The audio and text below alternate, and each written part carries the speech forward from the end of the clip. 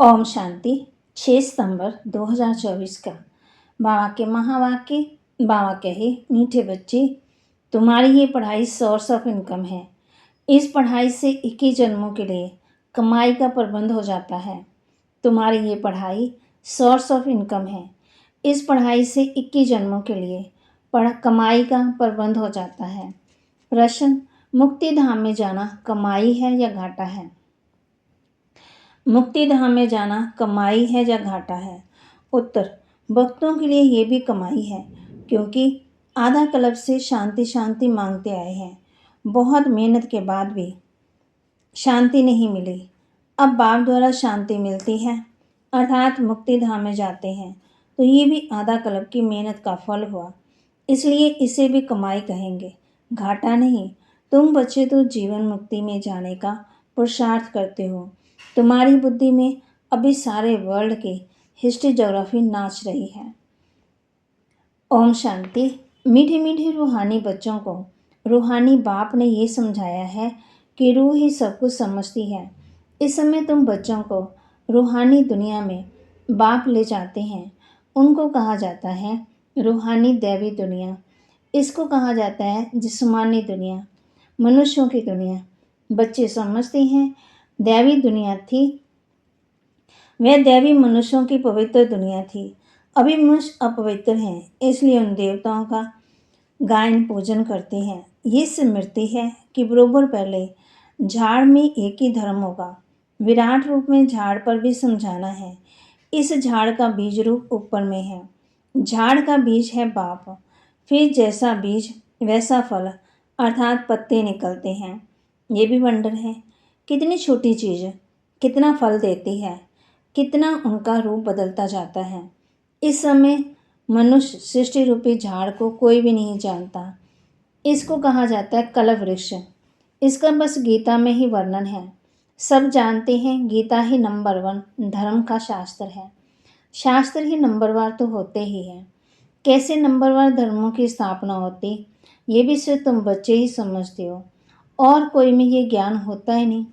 तुम्हारी बुद्धि में है पहले पहले किस धर्म का झाड़ होता है, फिर उनमें भी और धर्मों की वृद्धि कैसे होती है। इसको कहा जाता है विराट नाटक। बच्चों की बुद्धि में सारा झाड़ है। झाड़ की उत्पत्ति कैसे होती है? मुख्य बात ये है, देवी देवताओं का झाड़ अभी नहीं है और सब डाल डालियाँ खड़ी हैं। बाकी आदि सनातन देवी देवता धर्म का फाउंडेशन है ही नहीं। गाते जरूर है, एक आदि सनातन देवी देवता धर्म की स्थापना करते हैं, बाकी और सब धर्म विनाश हो जाते हैं। अभी तुम जानते हो कितना छोटा सा दैवी झाड़ होगा, फिर और सब इतने धर्म होंगे ही नहीं। झाड़ पहले छोटा होता है, फिर बड़ा होता जाता है। बढ़ते बढ़ते अभी कितना बड़ा हो गया है। अभी इनकी आयु पूरी होती है। इसमें बर्टेन ट्री का मिसाल बहुत अच्छा समझाते हैं। ये भी गीता का ज्ञान है जो बाप तुम्हें सम्मुख बैठ सुनाते हैं, जिससे तुम राजाओं का राजा बनते हो। फिर भक्ति मार्ग में ये गीता शास्त्र आदि बनेंगे। ये अनादि ड्रामा बना हुआ है, फिर भी ऐसा ही होगा। फिर जो धर्म स्थापन होंगे उनका अपना शास्त्र होगा। सिख धर्म का अपना, क्रिश्चियन का अपना, बौद्धियों का अपना। अभी तुम्हारी बुद्धि में सारे वर्ल्ड की हिस्ट्री ज्योग्राफी नाच रही है। बुद्धि ज्ञान डांस कर रही है। तुम सारे ज्ञान को जान गए हो, कैसे कैसे धर्म आते हैं, कैसे वृद्धि को पाते हैं। फिर अपना एक धर्म स्थापन होता है, बाकी और कोई नहीं रहेगा। गाते हैं ना, ज्ञान सूर्य प्रगटा, अभी बिल्कुल ही अंधियारा है, कितने ढेर मनुष्य। फिर ये इतने सब होंगे ही नहीं। इन लक्ष्मी नारायण के राज्य में ये थे नहीं। फिर एक धर्म स्थापन होना ही है।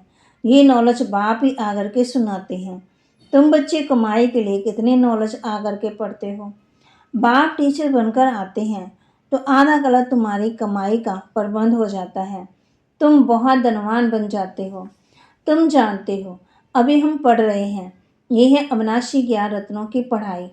भक्ति को अविनाशी ज्ञान रत्न नहीं कहेंगे।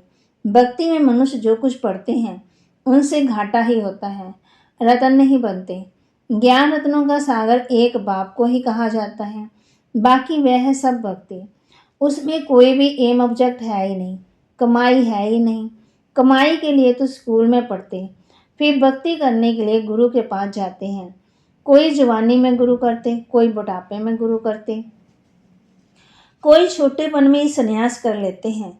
कुंभ के मेले पर कितने ढेर आते हैं। साथियों में तो ये कुछ नहीं होगा। तुम बच्चों को स्मृति में सब बातें आ गई। रचना रचना की आदि मध्यांत को तुम जान गए हो। उन्होंने तो कल्प की आयु ही बड़ी कर दी। ईश्वर सर्वव्यापी कह दिया। ज्ञान का पता ही नहीं है। बाप आकर के अज्ञान नींद से सुजा करते हैं। अभी तुमको ज्ञान की धारणा होती जाती है, बैटरी बढ़ती जाती है। ज्ञान से ही है कमाई, भक्ति में है ही घाटा। टाइम पर जब घाटे का समय पूरा होता तो फिर बाप कमाई कराने आते हैं। मुक्ति में जाना वह भी कमाई है। शांति तो सब मांगते रहते हैं। शांति देवा कहने से बुद्धि बाप तरफ चली जाती है। कहते हैं विश्व में शांति हो, परंतु वह कैसे होगी ये किसी को पता ही नहीं है। शांति धाम सुख धाम अलग होते हैं, ये भी नहीं जानते। जो पहला नंबर है उनको भी कुछ पता नहीं था। अभी तुमको सारी नॉलेज है। तुम जानते हो हम इस कर्म क्षेत्र पर कर्म का पाठ बजाने आए हैं। कहाँ से आए हैं? ब्रह्मलोक से, निराकारी दुनिया से आए हैं। इस साकारी दुनिया में पाठ बजाने। हम आत्मा दूसरी जगह की रहने वाली है। यहाँ ये 5 तत्वों का शरीर रहता है। शरीर है तब हम बोल सकते हैं। हम चैतन पाठधारी हैं।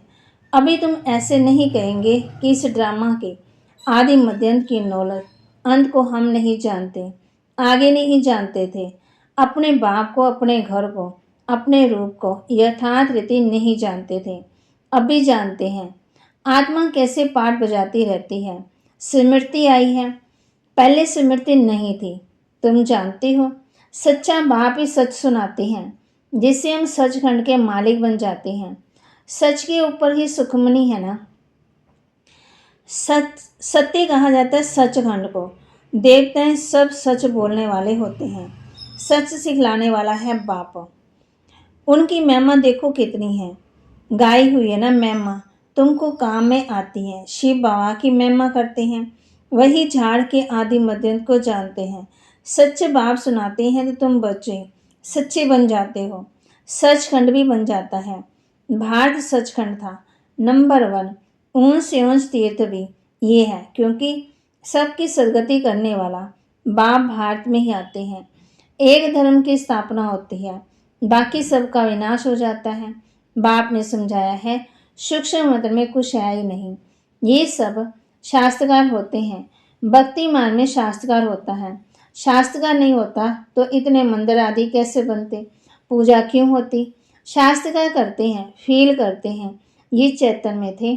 बात समझाते हैं। भक्ति मार्ग में जो कुछ मंदिर आदि बनते हैं, जो तुमने सुना देखा, वह सब रिपीट होगा। चक्कर फिरता ही रहता है। ज्ञान और भक्ति का खेल बना हुआ है। हमेशा कहते हैं ज्ञान, भक्ति, वैराग्य, परंतु डिटेल कुछ नहीं जानते।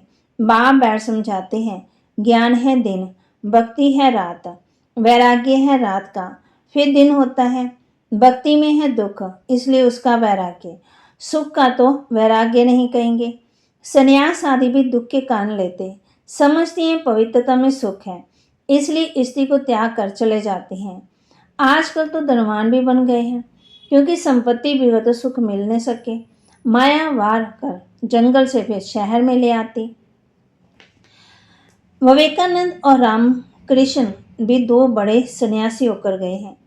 सन्यास की ताकत रामकृष्ण में थी, बाकी भक्ति को समझाना करना वह विवेकानंद का था। दोनों की पुस्तकें हैं। पुस्तक जब लिखते हैं तो एकाग्रचित्त होकर बैठ लिखते हैं। रामकृष्ण जब अपनी बायोग्राफी बैठ लिखते हैं तो शिष्य को भी कहा तुम जाकर दूर बैठो। था बहुत तीखा कड़ा सन्यासी, नाम भी बहुत है। बाप ऐसे नहीं कहते कि स्त्री को माँ कहो। बाप तो कहते हैं उनको भी आत्मा समझो। आत्मा तो सब भाई भाई हैं। सन्यासियों की बात अलग है। उसने स्त्री को माँ समझा। माँ की बैठ बढ़ाई की है ना। ये ज्ञान का रास्ता है।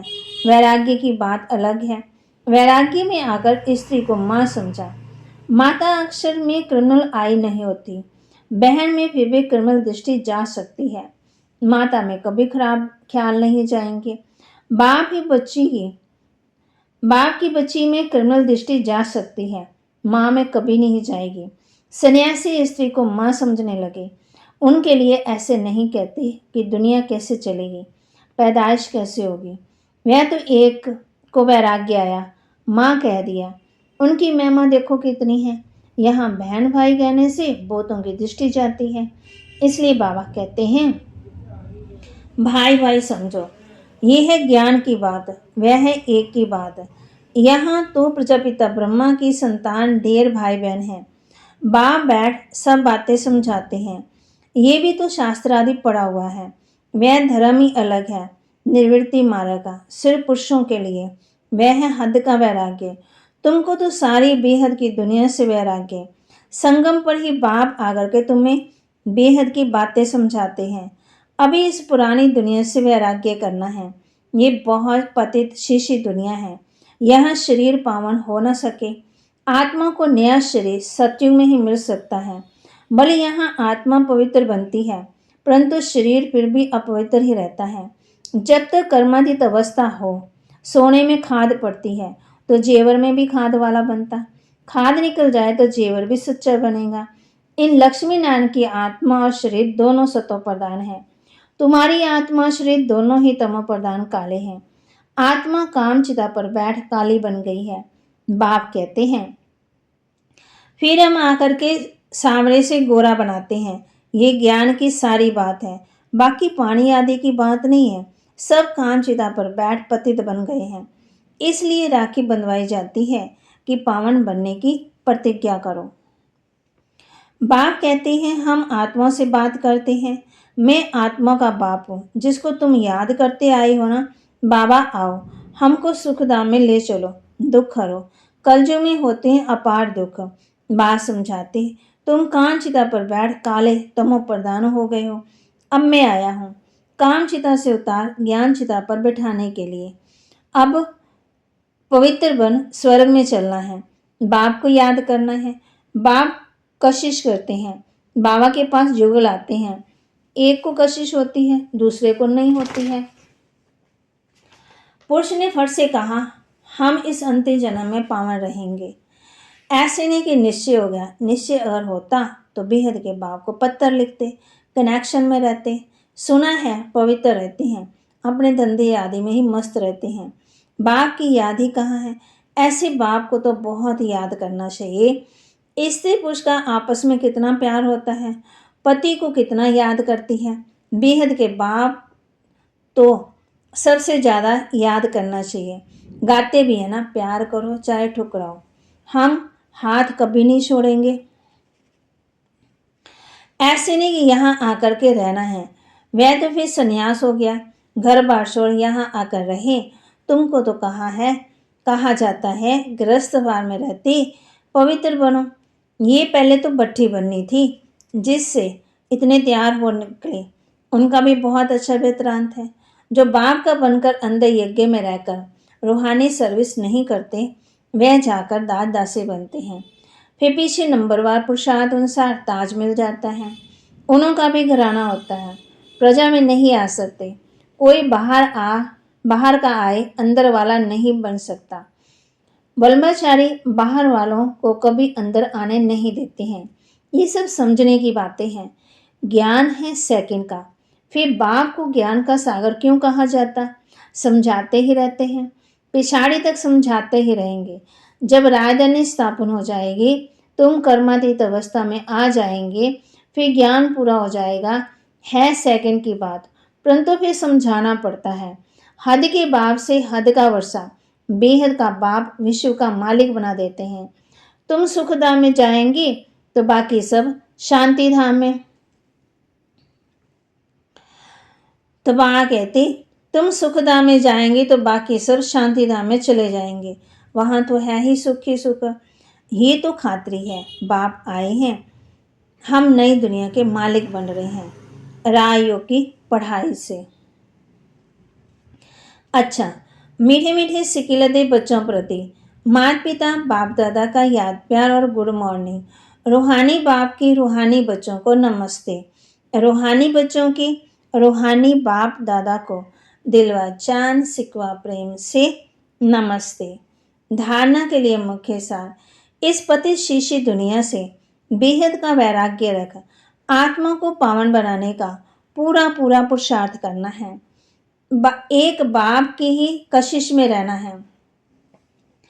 इस पतित शीशी दुनिया से बेहद का वैराग्य रख आत्मा को पावन बनाने का पूरा पूरा पुरुषार्थ करना है। एक बाप की ही कशिश में रहना है। ज्ञान की धारणा से अपनी बैटरी भरनी है।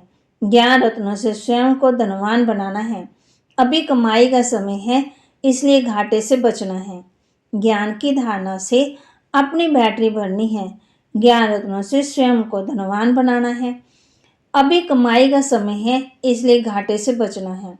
वरदान, ज्ञान रत्नों को धारण कर व्यर्थ को समाप्त करने वाले होली हंस भव।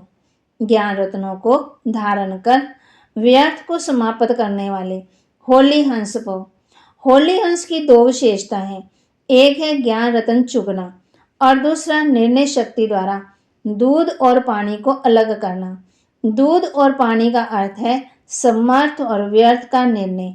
व्यर्थ को पानी के समान कहते हैं और समर्थ को दूध के समान। तो व्यर्थ को समाप्त करना अर्थात होली अंश बनना। हर समय बुद्धि में ज्ञान रत्न चलते रहे, मनन चलता रहे तो रत्नों से भरपूर हो जाएंगे। स्लोगन, सदा अपने श्रेष्ठ पोजीशन में स्थित रहे। ऑपोजिशन को समाप्त करने वाले ही विजयी आत्मा है। सदा अपने श्रेष्ठ पोजीशन में स्थित रहे। ऑपोजिशन को समाप्त करने वाले ही विजयी आत्मा है। तो बाबा के महावाक्य को लाइक करें, शेयर करें और सब्सक्राइब करें और अपने जीवन में धारण करें और विजयी आत्मा बने। ओम शांति।